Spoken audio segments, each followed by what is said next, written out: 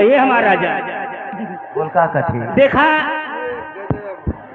ये हमारी पूरी पार्टी वाह गांवपुर के लोग, साथी सपाटी, नात ही दर्द यार सही कठी हो। सब लोग इकट्ठा भई बा आज। ये बाबूजी का आखिरी विदाई बा। हाँ तो तोरी आज आखिरी है समझ में। हमारी आखिरी है। आज सुना हो बाबूजी के विदाई के उपलक्ष्य में 2 लाइन का गजल सुनी, निर्गुणी गजल, उसके बाद निर्गुण भोजपुरी छपरैया सब कुछ हुई। वाह ये हमारा राजा ये बाबूजी के का गो लड़का बाड़ा, का गो पतो बानी, का गो लड़की बाड़ी, अल्लाह ही दर्द सब के हुआ भाई भारत फुरत पगारी बा। पूरा परिवार यहाँ उपस्थित। बाबूजी आ गए 5 बढ़ावत जाकर के आके हमने से भेंट करी ताकि हम लोग को मन लगल रहे। एकदम सही ना, सभी लोग मिलेंगे मैडम, घबराइए मत। हाँ तो लगाई मास्टर तैन लगावा था।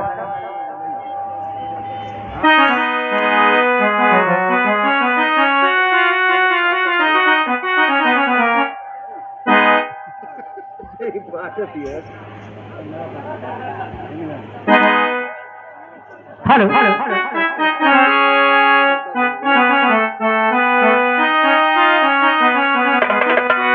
हर जिंदगी है, हर जिंदगी है, जिंदगी है मगर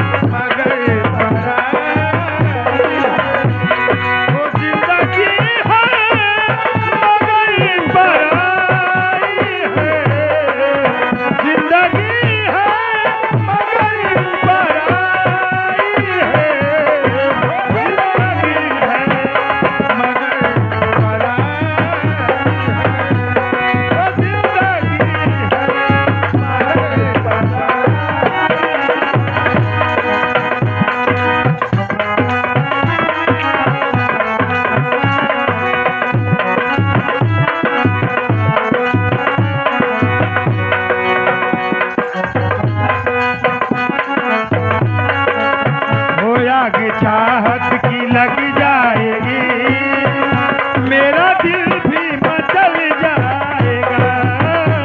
आग चाहत की लग जाएगी, मेरा दिल भी मचल जाएगा। तू जमाने की परवाह न कर, तू जमाने की परवाह न कर, ये जमाना बदल जाएगा। जमाने की परवाह न कर, ये जमाना बदल जाएगा। ओ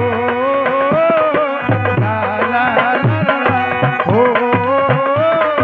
ला ला। 50 रुपये का पुरस्कार सरिया की धरती से विद्यासागर जी की तरफ से बार बार आशीर्वाद की कामना करती हूँ।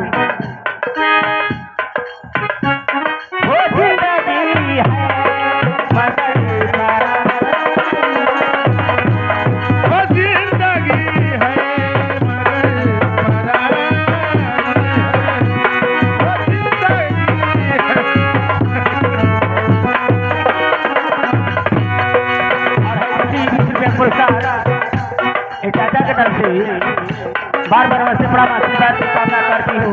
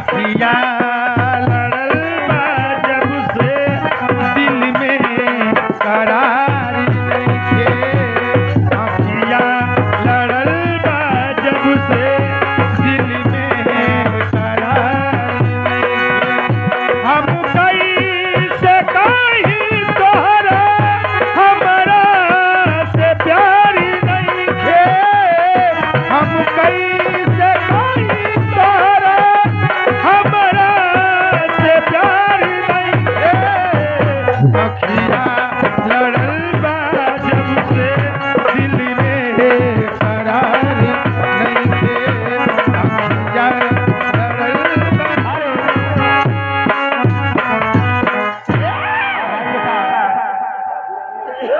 ए बाबूराम चौहान